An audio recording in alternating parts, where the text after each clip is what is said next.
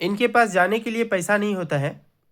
तब ये पहुंचते हैं राजस्थान के राजा अजित सिंह के पास। अजित सिंह जो कि संतानहीन थे, इनको संतान ही नहीं हो रहा था। ये वहाँ उनको आशीर्वाद देते हैं और इनको जाने के लिए सारी की सारी आर्थिक व्यवस्थाएं राजा अजित सिंह करते हैं, जो कि खेतरी के राजा थे। और अजित सिंह के आर्थिक मदद के कारण ये अमेरिका पहुंच जाते हैं। अमेरिका के शिकागो में 1893 में जब ये पहुंचते हैं तो वहाँ जो एक सेमिनार होता है, कोई भी सेमिनार में एक डेट होता है कि उस डेट के अंदर आपको रजिस्ट्रेशन करना पड़ता है। लेकिन जब वहाँ 1893 में अमेरिका के शिकागो में विश्व धर्म सम्मेलन में ये पहुँचे तो उसके पहले पता चला कि जो एंट्री लेने का समय है, रजिस्ट्रेशन का जो समय है, वो ख़त्म हो चुका है। यहीं पर उन्हें एक अंग्रेज मिलते हैं जो कि इनकी शिक्षा दीक्षा और इनके ज्ञान से थोड़ा प्रभावित हो जाते हैं और यह एक लेटर लिखते हैं वहाँ के जो विश्व धर्म सम्मेलन कराने वाले होते हैं, और इस लेटर के द्वारा उनको इसमें एंट्री मिल जाती है। उसके बाद दिन आता है 1893 का। और 1893 में कौन सा दिन, तो याद रखिएगा 11 सितंबर 1893। 11 सितंबर 1893 का वह दिन जिसमें यह विश्व धर्म सम्मेलन किया गया था। जितने भी वक्ता आए, सारे वक्ता अपने अपने अंदाज में सभी कोई बोले। यहाँ पर जो भी वक्ता आते थे वो कहते थे, ladies and gentleman of America. लेकिन जब इनकी बारी आई, अंतिम में इनको रखा गया था, जब इनकी बारी आई तो इनको काफ़ी डर लगने लगा और दिल बहुत धक धक धक धक करने लगा। तो ये पोडियम पर गए, लंबी सांस ली और उसके बाद इन्होंने बोला, brother, sister and brother of America. जब इतना सा उन्होंने बोला तो लगभग 2 मिनट तक लगातार तालियों की गड़गड़ाहट से पूरा विश्व धर्म सम्मेलन का वह हॉल, शिकागो का वह हॉल गूंज पड़ा, गुंजायमान हो गया। उसके बाद इन्होंने बोला कि मैं किसी भी धर्म को विशेष रूप से किसी एक धर्म के बारे में बोलने नहीं आया हूँ। मैं जो बोलने आया हूँ, मैं मानवता के धर्म के प्रति बोलने आया हूँ। और उन्होंने मानवता का ज्ञान वहाँ दिया और हिंदुत्व का परिचय दिया। और इस प्रकार उन्होंने मानव क्या होता है, उन्होंने धर्म पर भी चर्चाएं की कि धर्म क्या है। क्या हिंदुओं का पूजा पाठ करना धर्म है? क्या मुस्लिमों का मस्जिद में जाकर नमाज पढ़ना धर्म है? नहीं।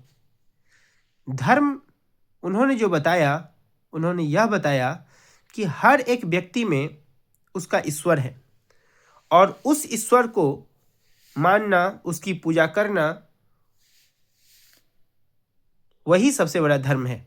अर्थात जो गरीब है, जिसको ज़रूरत है, जो ज़रूरतमंद है, उसकी सेवा करना ही सबसे बड़ा धर्म है, इन्होंने बताया था। उसके बाद उन्होंने बहुत जगह अपने वक्तव्य को रखा, अपना भाषण दिया। और इस प्रकार जब वे 1897 में भारत तो वे आ गए थे, 1897 में वे बेलूर मठ की स्थापना करते हैं और 1897 में ही वे रामकृष्ण परमहंस की स्थापना करते हैं। उससे पहले 1894 में वे वेदांत सभा की स्थापना करते हैं। उसके बाद समय बीतता जाता है, ये धीरे धीरे इनका तबीयत खराब होने लगता है। लेकिन 1899 की एक घटना और सुन लीजिए। 1899 में होता क्या है कि अब इनके पास कुछ पैसा था जिससे ये चाह रहे थे कि अपने लिए और माता के लिए एक घर खरीद सके। लेकिन जब जिससे डील किया था, जिसको पैसा दिया था, वो घर देने से मना कर देता है, बोलता है नहीं, मैंने आपसे कोई पैसा ही नहीं लिया है।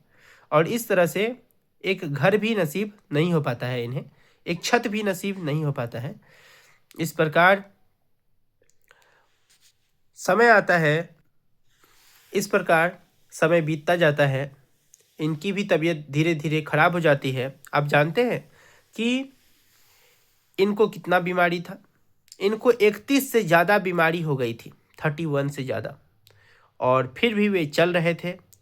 और एक दिन इनका भी ऊपर से संदेशा आता है। स्वामी विवेकानंद, जो कि 39 वर्ष की उम्र में हम सबको छोड़कर चले गए, और युवाओं के लिए उत्साह जगाने के लिए उन्होंने जो मंत्र दिया है कि तब तक नहीं रुको जब तक लक्ष्य की प्राप्ति ना हो जाए। तो लक्ष्य की प्राप्ति तक काम करते रहना है। और उन्होंने बहुत सारी बातों को कहा, उन्होंने बहुत सारे योग के बारे में कहा, कर्म योग क्या है, ज्ञान योग क्या है, उन्होंने सब कुछ कहा। कर्म योग के बारे में वे कहते हैं कि आपका कर्म ही आपका पूजा है। अगर आप एक अच्छे विद्यार्थी हैं तो आपका कर्म है लगन से पढ़ाई करना, क्योंकि वही आपकी पूजा है। अगर आप एक डॉक्टर हैं तो आप उस मरीज को नारायण समझकर पूजा कीजिए, मतलब उसकी सेवा कीजिए, वही आपकी पूजा है।